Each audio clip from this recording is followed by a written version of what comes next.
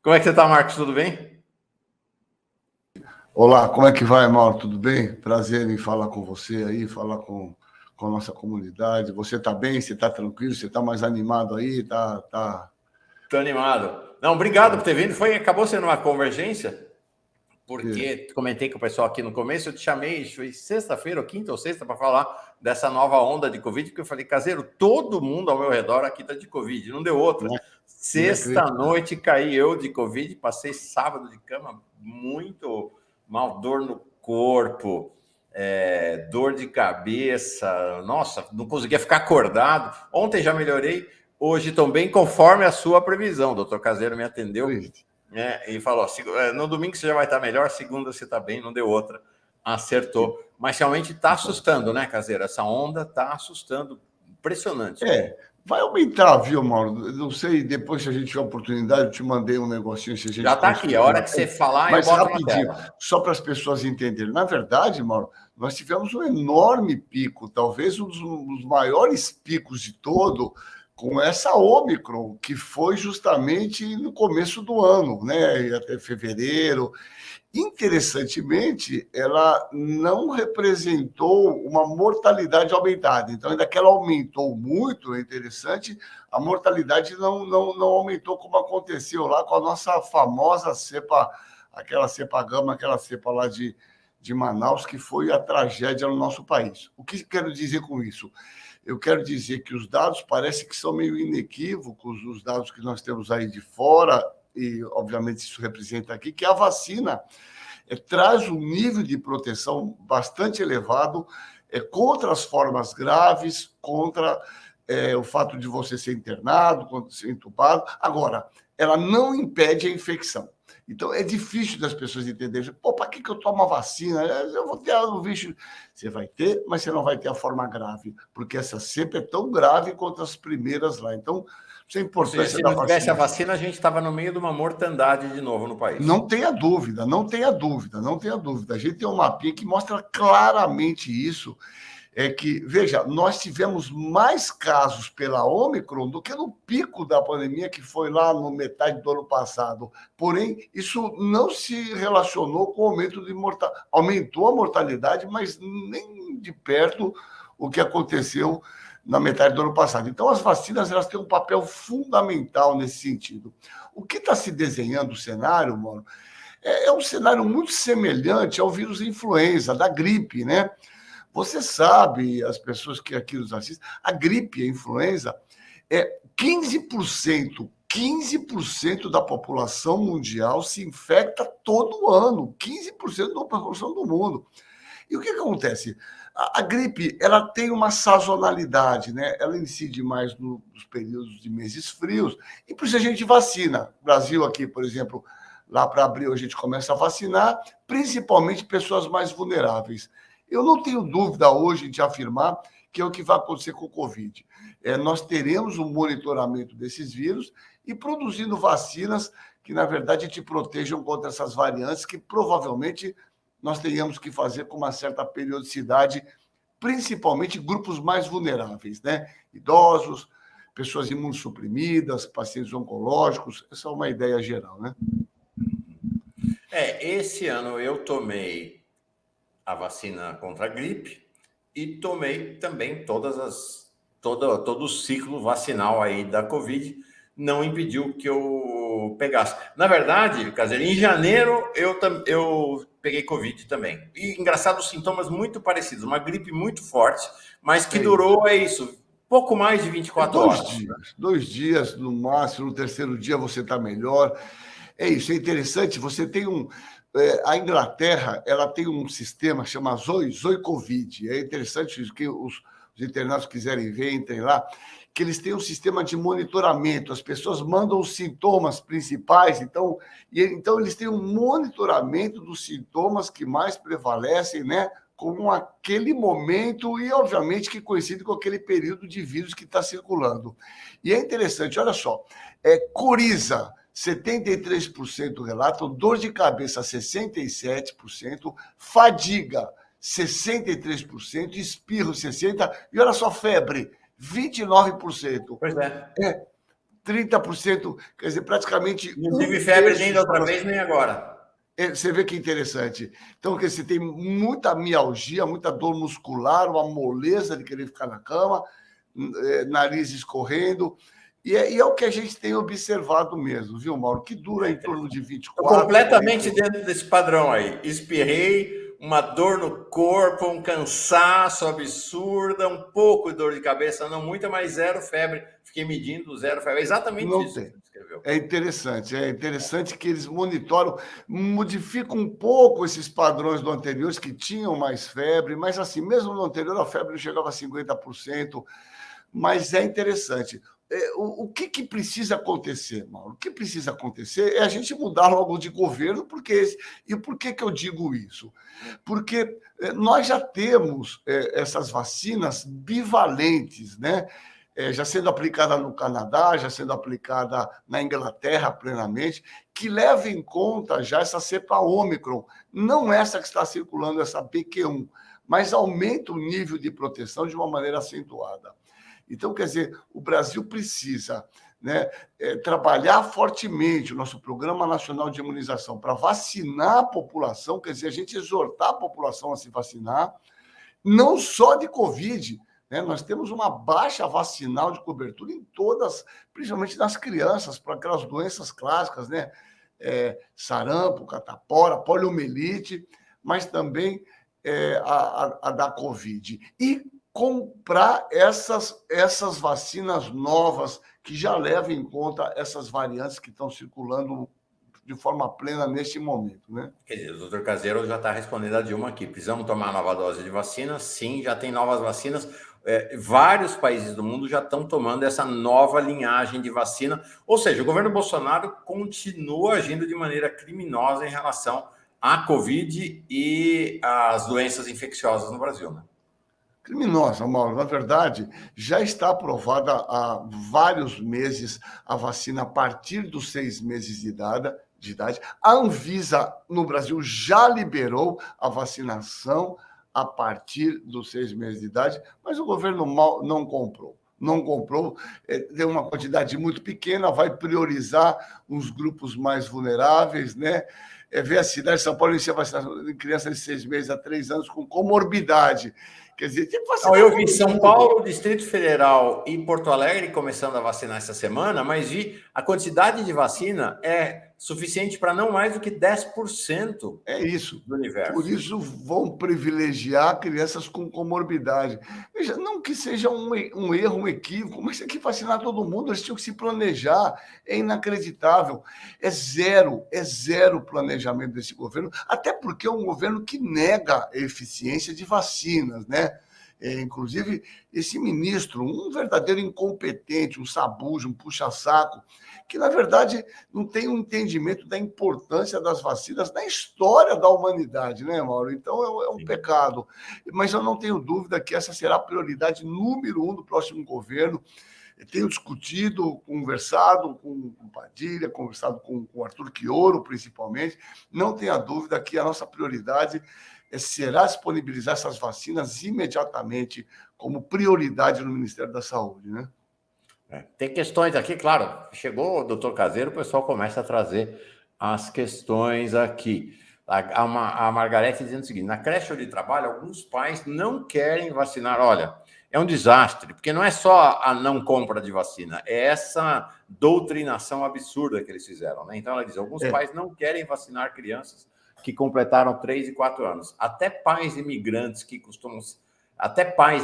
costumam ser mais atenciosos à saúde dos filhos. Então, tem uma questão que é isso, né?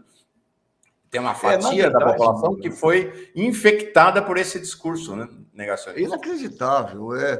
Não só o discurso negacionista no sentido de negar a doença, era só uma gripezinha, né? No sentido de estimular a utilização de medicamentos absolutamente ineficazes, como cloroquina e vermectina, e pior que continuam nesse discurso É inacreditável.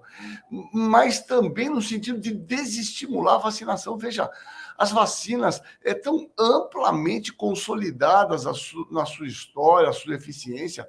As pessoas têm que entender o que nós vivemos. A média de sobrevida no início do século passado, né? Se nós pegarmos 1900, era 35, 36 anos, Mauro. Aqui em São Paulo, capital, em 1910, as pessoas viviam 36 anos, a média de mortalidade é 36 anos. As pessoas vivem hoje 78, 80 anos. Não tenhamos dúvida que o saneamento básico, a água encanada foram os grandes conquistas da saúde pública, mas as vacinas foram fundamentais, nós erradicamos doenças infecciosas. Então, é inacreditável o desserviço, quanto nós vamos ter que trabalhar para fazer com que as pessoas, às vezes, mais humildes, que entram nessa ideia errônea que vacina vai te trazer problema, vai te trazer efeito... É inacreditável. É um enorme trabalho que nós temos pela frente, viu, Mauro? A Sônia Angar tem pergunta aqui. Doutor Caseiro, estou vacinada com todas as doses contra a gripe e Covid. Em julho de 22, agora, positivei com sintomas leves. Vamos na posse do Lula. Preciso tomar a antitetânica? Você sabe, isso é uma pergunta boa. Você sabe que a antitetânica, vacina não é só para criança. A antitetânica, idealmente, ela tem que ser feito um reforço a cada 10 anos. Né? Nós tivemos, alguns anos atrás, um aumento de casos de tétanos entre indivíduos acima de 60 anos.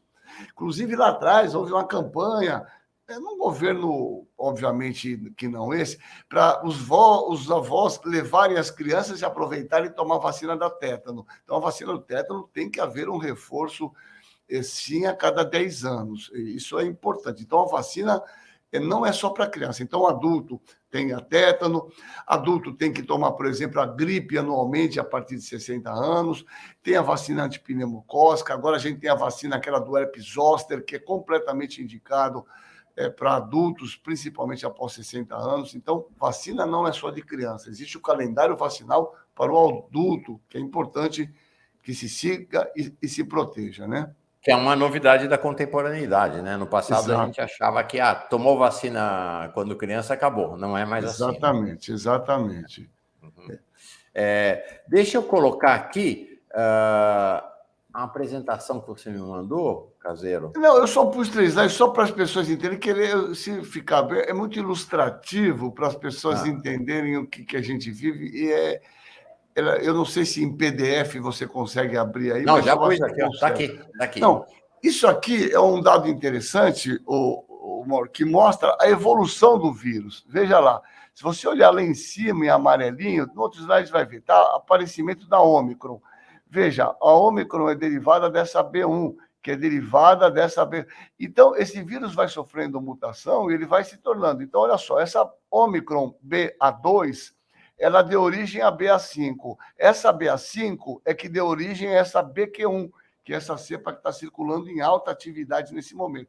Então, esse vírus vai sofrendo mutação. Que a BQ1, gente, está pequenininha aqui, mas olha, lá no alto, em vermelho, ali, mais à direita, é a PQ1. Então, você vê, tudo isso aqui são as linhagens, vamos dizer assim, é isso, Caseiro? Exatamente, da Ômicron. Né? Exatamente isso. Elas vão se derivando, porque elas vão mudando, e é um vírus completamente diferente, porque ele sofre mutação naquela região da espícula, que é o local onde o vírus se fixa no receptor das nossas células. Então, veja, eu produzo um anticorpo para neutralizar, a palavra chama-se exatamente anticorpos neutralizantes. Eu tomo a vacina, meu corpo faz um anticorpo que neutraliza esse local que o vírus usaria para entrar no receptor. Só que ele sofre mutação, né? Então, aqueles anticorpos que nós temos não conseguem neutralizar mais o vírus. Então, isso é um mecanismo muito, muito interessante, né? Agora, nós temos imunidade celular. Essa demora um pouco mais para agir. É por isso que a gente pega o vírus, mas não faz a forma grave da doença, porque a gente tem uma imunidade celular que, de alguma maneira, responde cruzadamente, mesmo com essas variantes, né? Sim. Deixa eu mostrar aqui... Esse outro que é bem interessante, porque ele mostra uma coisa que é muito interessante. Esse aqui, né? É isso aí, ó. Se a gente observar, é muito legal, eu fiz esse negócio até para os meus alunos aqui. Reparem que quando nós tivemos esse verdinho aqui, esse verdinho é aquela cepa de Manaus, Mauro. Na verdade, esses foram os maiores equívocos que o Brasil cometeu, né? Não tínhamos epidemiologistas, sanitaristas no governo para fazer as pessoas entenderem. Veja, essa cepa é aquela cepa que é chamada cepa gama, aquela cepa P1 que surgiu em Manaus. O que Manaus fez? Naquela crise do oxigênio, do problema que eles tentaram fazer lá, a ideia de imunização de rebanho, comprometeu o serviço público de Manaus. Eles começaram a mandar pacientes para outros estados. Eles espalharam essa cepa no Brasil inteiro. Você vê que depois do verdinho, olha aqui embaixo, nós tivemos o maior pico, que está aqui cinza embaixo, do número de óbitos. Então, ó, é uma leitura combinada, tá? Vai lá em cima, onde está aquela plaquinha verde, isso. É a cepa gama lá de Manaus. Surgimento no gráfico de baixo é o índice de mortalidade. Ele dá um grande salto depois do verdinho, né? Por conta Exatamente. disso. O governo Bolsonaro espalhou, então. Exatamente. Veja, é um absurdo. Isso nós chamamos de isolamento regional. Essa cepa, ela surgiu lá em Manaus. Eles tinham que fazer simplesmente um isolamento regional. Ninguém saía, ninguém entrava de Manaus. Não deixar aquela cepa espalhar, Mauro, você entendeu? Então, equívoco, o isolamento não é só o isolamento individual, né? A gente tem isolamentos regionais, quando você detecta uma variante naquela localidade. Repare que é interessante que aqui em preto tem essa Ômicron BA1. Repara que a Ômicron BA1, ela levou um pico de casos. Veja em azulzinho, é o maior pico em todo o tempo da epidemia de casos. Nossa Senhora. Agora, em janeiro, é o que você falou, janeiro de 2022, a gente teve mais... A gente não tem essa impressão, né, Caseiro? A impressão é que o pior foi lá atrás, não foi? Olha embaixo, a mortalidade foi muito pequena. Apesar de muitos casos, a mortalidade foi pequena. Você está observando? Eu pus comparativamente em cima, casos e óbito embaixo. Então, apesar de explosão de casos, que pouco se falou, nós não tivemos tanta mortalidade. Depois nós tivemos, essa BA2, ela derivou a BA5. A BA5 é uma derivada da BA2. Repare que os casos aumentaram de novo aqui em julho, você está vendo? Julho, agosto, que é esse cinzinho aí. Mas a mortalidade é muito pouco. E agora, o último, esse em abóbora, que é o BK1. Ele vai explodir o número de casos, sim, sim. Mas eu não tenho dúvida em afirmar, que nós não teremos um aumento muito intenso de mortalidade, ainda que teremos, sim, pessoas não vacinadas e idosos. Dá para entender bem? Aqui, então, o laranja, que está no canto direito da tela de cima, é a cepa nova, né? PK1. É a cepa nova, essa BQ1 que estão falando. BQ1. Né? Só que ainda não deu tempo de ver aqui o efeito dela. Então, por isso que a curva não começou a subir. Vai subir, né, Caseiro? Vai subir. Vai subir, mas não vai explodir. O grande problema, viu, irmão, é que está acontecendo uma subnotificação também grande. Porque o que acontece? Hoje você vende a R$20, R$25 esses kits na farmácia. Quando você se autotesta, você não notifica. Tá certo? Então, esse é um enorme problema. Nós vamos ter uma enorme subnotificação, porque hoje as pessoas aprenderam, elas vão lá e se autotestam. Se você testar na farmácia, a farmácia é obrigado a notificar. Esses dados entram nas cifras oficiais. Mas se você comprar o kit e testar em casa, não ocorre notificação. Perfeito. Então, certamente tem havido muita subnotificação por conta dessa autotestagem que acontece individualmente, né, mano? Eu pergunto para você, você se autotestou em casa, não foi? Sim, farmácia. Então, esse teu caso não vai entrar para as notificações, entendeu? E aí tem outra questão, né, Caseiro, que eu estou reparando. É que, como você falou, né? Como a Covid ela começa a entrar num padrão gripal, o que eu estou sentindo é assim: as pessoas pegam Covid e, diferentemente do que foi no ano passado, não ficam em casa. Porque quem está com gripe, passou o efeito assim de estar de cama, você vai para a rua, vai trabalhar com gripe mesmo, sempre foi assim. Me parece que com a Covid a tendência é essa. Isso deve aumentar ainda mais a circulação do vírus, né? Porque as pessoas não estão ficando isoladas, né? Não, esse é um enorme problema. Porque eu acho que se a gente teve um aprendizado, e a gente tem que trazer esse aprendizado, é o primeiro. Se você tiver qualquer sintoma respiratório, nós estamos numa pandemia de Covid. Você tem que pensar em Covid. O primeiro pensamento é Covid, primeira questão. Segundo, tem que testar. Eu acho que a grande mudança que tem que ser é uma ampla testagem. O governo tem que oferecer esses testes de uma maneira... Porque é fundamental que o indivíduo fique isolado, pelo menos no período de viremia, que parece ser curto. Até 5 dias você já não está mais eliminando o vírus. E, em última análise, e se tiver que sair, qualquer pessoa que tiver sintoma respiratório deve se isolar. Se for impossível, que utilize máscara, porque a máscara não só está te protegendo de se reinfectar, mas também está protegendo as outras pessoas. Esse é um conceito que a gente tem que levar com a gente, né? Tem sintoma respiratório? Idealmente, teste Covid. Impossível testar? Fique isolado. Não deu para isolar? Se tiver que sair, utilize máscara. Nós precisamos ter esse conceito de que qualquer pessoa com sintoma respiratório, se tiver que sair, supermercado, utilize máscara, porque isso você já reduz muito a transmissão para outras pessoas, né? O Cláudio pergunta, não tem como notificar o autoteste caseiro? Tem. Inclusive, se você pegar naquela orientação daquele autoteste, tem lá um número para você ligar e fazer essa notificação. Tem lá um 0800, reparem lá, que você pode ligar e fazer essa notificação. É que a maioria das pessoas acabam não fazendo, né? Sim. Porque tem uma canseira, fala, olha, eu fiz o teste, perguntando, você comprou, tal, e deu positivo, entendeu? E esse autoteste, porque eu vejo muita gente dizendo que negativou no autoteste, mas que visivelmente está com Covid. Tem um falso negativo elevado? Tem sim. O teste mais sensível é aquele que nós fazemos no laboratório, porque é um PCR, isso aí é por imunocromatografia. Ele é menos sensível, né? Mas ele é de valor, sim. Veja, se você retestou 1, 2 dias depois de negativou, veja, e você tem sintomas, continua aquilo que a gente falou, né? Você deve se sair e utilizar máscara. Eu acho que, assim, nós não deveríamos, em ambientes fechados, deixar de utilizar máscara. Eu acho que a gente foi muito precipitado, muito rápido. Essa pandemia não foi decretada o fim dela. Então, o que eu quero dizer? Você é um lugar fechado, você está numa fila, sei lá, de banco, da lotérica, você está no... Utilize máscara, né? Se tiver locais de muita aglomeração, é importante isso, porque justamente esse vírus, viu, Omar? Ele tem uma capacidade de transmissão muito maior. Ele tem 5 mutações especulares muito importantes que aumentam a capacidade de transmissão. E mais, tem uma cepa circulando que nós vamos ouvir. Escreve aí, vamos ouvir falar nela, que é uma tal de XBB. Qual? Peraí, cortou um pouco. Qual é a cepa?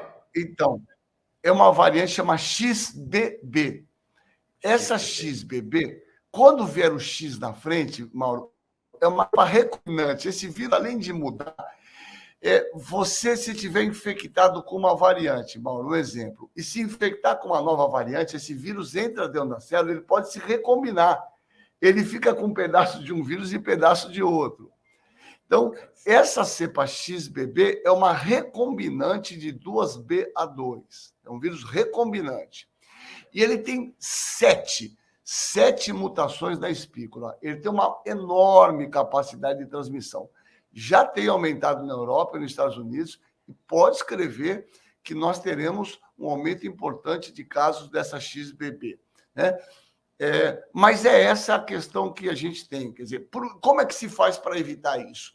Evitando o aumento de casos. Quanto mais casos tem, mais chance de o vírus sofrer mutação, mais chance dele se recombinar.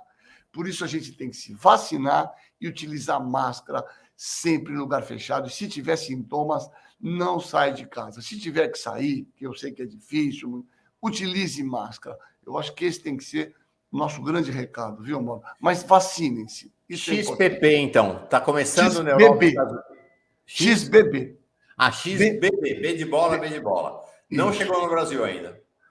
Não, já tem casos descritos no Brasil, sim, mas ainda há poucos, né? Se você olhar nesse mapinha que eu te dei aí, Esse aqui? se você olhar ele ali embaixo, olha só, Essa aqui, ó, isso aqui é uns dados que tem do CDC de Atlanta, tá vendo? Que se nota essa BQ1, que é esse verdinho aqui, como ele tem se ampliado. Esse BA5 é o verdinho bem clarinho, ele tem caído, né? E você Então, nota que esse... ó, o verde claro lá no alto que está Isso, aumentando é essa que está circulando agora, né? é a BQ1, exatamente, BQ1, tá vendo? BQ1. Essa que é X, sempre que tiver o X na frente de um vírus, vocês ouviram falar, vão ouvir o XBB. Ele é um vírus recombinante. Ele aí não tem mostrado muito ele, pelos menos não estou vendo, mas naquele primeiro mapinha a gente vê que ele é uma derivação daquela recombinação de BA2 lá. Volta aí, ó. E o recombinante é Tá mais aqui grave? embaixo, ó. É vermelhinho aqui embaixo, lá em cima, ó. Tá 22F Omicron XBB. Ah, tá aqui. E tem o vermelhinho mais à direita e um vermelhinho embaixo. É esse XBB aqui. Isso. Ele é mais grave, o recombinante, do que o outro? Ele não é mais grave, é que ele acumula mais mutações e, obviamente, é meio imprevisível, mas que ele transmite mais, nós não temos dúvida. O que parece é que, em termos de gravidade, Mauro, é imprevisível, obviamente, isso, mas me parece que a enorme disseminação desse vírus, associado à vacinação, ele traz um nível de memória imunológica, de proteção, que muitas vezes não é plena. Não é uma proteção plena, mas é uma proteção parcial, principalmente contra as formas graves. Esse dado é um dado geral. Agora, é evidente que a gente precisa do tempo para observar, né? Mas, a princípio, que mostra que aumenta a transmissibilidade e não a gravidade dos casos. Perfeito. Deixa eu te fazer uma pergunta. Uma questão que eu tenho lido é em relação à questão da Covid de longa duração. Como é que essa questão, né, que essa coisa que você pega a Covid e ela não passa, e que pode ter efeitos no pulmão, pode ter efeitos em outros órgãos do corpo de maneira muito duradoura. Em que pé isso está, Caseiro? E qual o risco? Então, esse é um enorme problema, viu, Mauro? Isso é um enorme problema, né, o chamado Covid longo. Veja, o que acontece? Você tem muitas doenças que te deixam, que nós chamamos sequelas, né? Eu vou exemplificar um exemplo muito mais simples para chegar no Covid. Você pega a chikungunya. Muitas pessoas têm dor articular, que é terrível, né? Chikungunya, na linguagem lá da Tanzânia, é aquele que se curva, tamanha dor.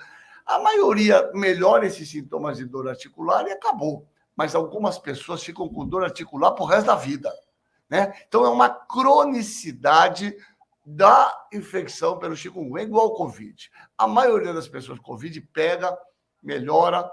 Algumas pessoas permanecem com sintomas. Nós chamamos de Covid longo a permanência dos sintomas por um período maior que 3 meses. 3 meses é o número.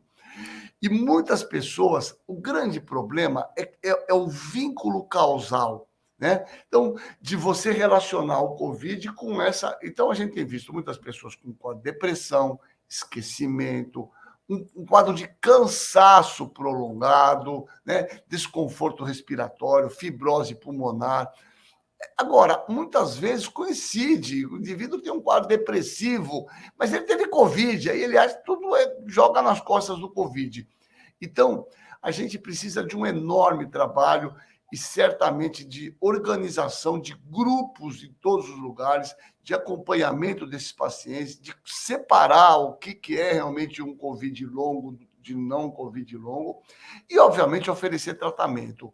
O tratamento que nós temos, para a maioria das situações, é um tratamento simplesmente, né, geral. Você tem depressão, eu vou te dar um medicamento antidepressivo. Se você tem um quadro de cansaço, você não tem muito poucas coisas para fazer, a não ser reestimular a fisioterapia, atividade física. Isso nos remete a uma coisa: o melhor é não pegar o Covid. O melhor é não pegar o Covid. Como? Se vacinando e utilizando proteção individual sempre que for possível, né, Omar? Aí aparecem os casos aqui, né? O Guilherme de Andrade. Estou com Covid longa desde minha alta, deve ser aqui, hospitalar, em 1 de abril de 2021. Sequelas neurológicas e pulmonares. Nós temos visto muito, Mauro, muitas pessoas com sintomas importantes. Tivemos recentemente pessoas com DPOC, pessoas com quadro restritivo pulmonar, alguns dependendo até de oxigênio.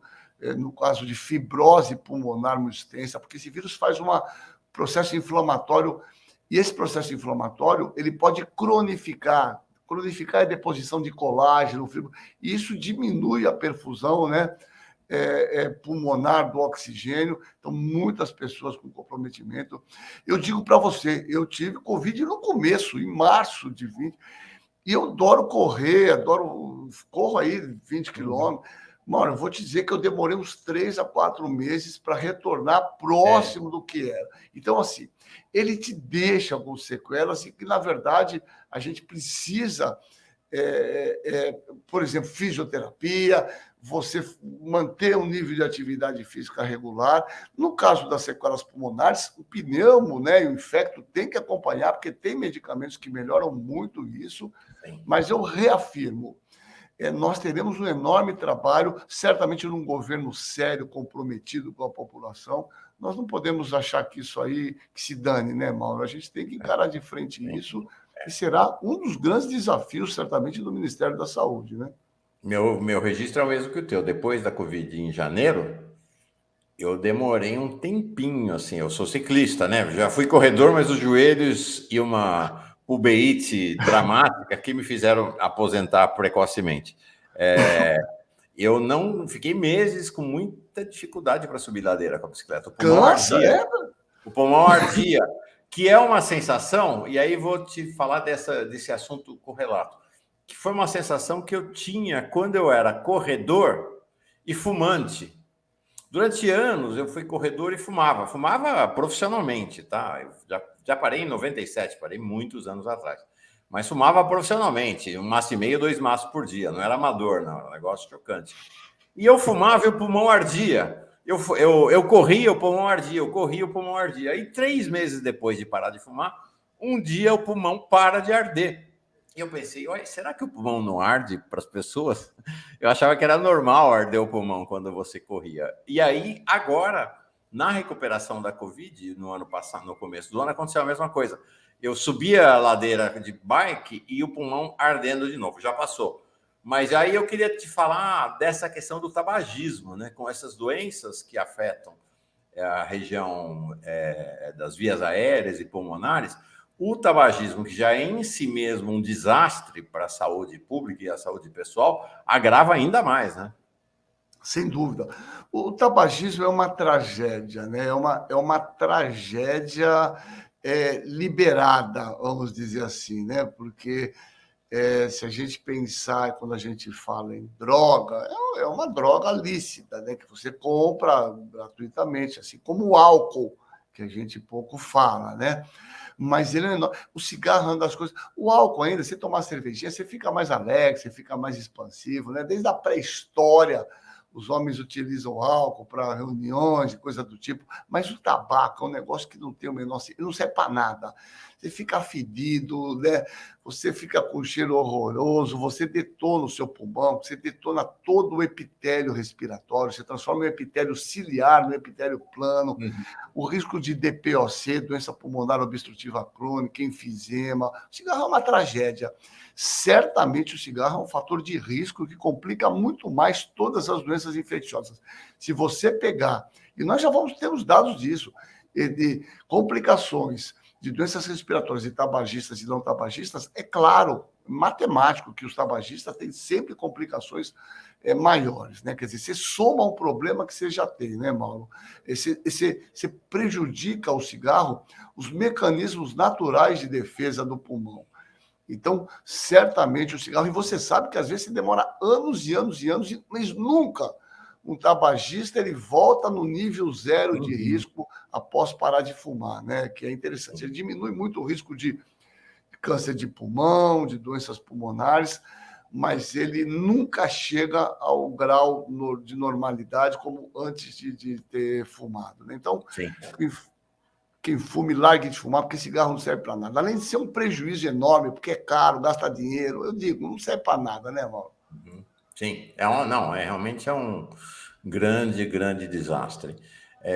Ainda voltando à Covid, as pessoas têm muitas dúvidas, muitas dúvidas. A Sônia Regina Angarten falando, a cantora Joelma está com Covid pela 5ª vez. Tem explicação para isso? Veja, a gente tem que imaginar de uma maneira muito simples. A primeira coisa importante, isso a gente já tem inclusive trabalhos meus publicados, a gente tem os primeiros trabalhos que a gente fez um acompanhamento no hospital público aqui em Santos com 1.600 funcionários, que a gente dosava esses anticorpos a cada 3 meses, e os anticorpos declinam muito rapidamente, Mauro. Quer dizer, você cria a imunidade, mas esses anticorpos caem entre 4 e 6 meses, principalmente em pessoas acima de 50 anos. É muito impressionante. Abaixo de 50 anos, a imunidade dura mais tempo. Acima de 50 anos, ela despenca em 4 meses.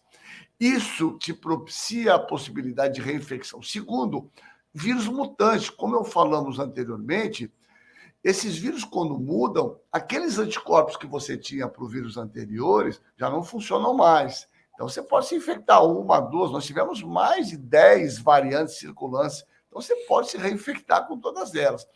Essa é uma pessoa que tem que ter um cuidado a mais, a Joelma, no caso, no sentido de se proteger de uma forma mais eficaz contra adquirir o vírus, né? Ou seja, a gente caminha para uma situação, me parece que similar à da gripe. Eu, por exemplo, me vacino contra a gripe todo ano, porque a cepa vai mudando, então você precisa ir atualizando a vacina. Com a Covid, me parece que vai ser a mesma coisa. Isso, Mauro. É isso que nós conversamos no começo, né? A gente segue o mesmo caminho. Por que a gente vacina todo ano? Porque a vacina te dá uma proteção em média de 6 a 9 meses. Depois os anticorpos declinam. Mesmo que o... E segundo, o vírus sofre pequenas mutações. Então, tem 2 motivos. Primeiro, decaimento de anticorpos. Porque você pode se infectar com o mesmo vírus, porque os seus anticorpos caem depois de 6 a 9 meses. E a segunda é que o vírus sofre mutação, que acontece na gripe também. A gripe tem uma vigilância mundial, existe um sistema que chama Vigigripe. Certamente isso acontecerá com o Covid. Né? Os laboratórios do mundo ficarão monitorando esses vírus e produzirão vacinas, né? Que hoje, como a vacina é aprovada, a mudança dessas vacinas é mais rápida. E em tempo real, justamente para estar te protegendo contra essas novas cepas que circulam, né? Esse certamente será o caminho do Covid. Bom, para encerrar, o pessoal perguntando aqui sobre a sua candidatura. Caseiro teve 12.152 votos como candidato a deputado estadual pelo PT em São Paulo, não se elegeu, o que é uma pena para nós todos, todas, todes.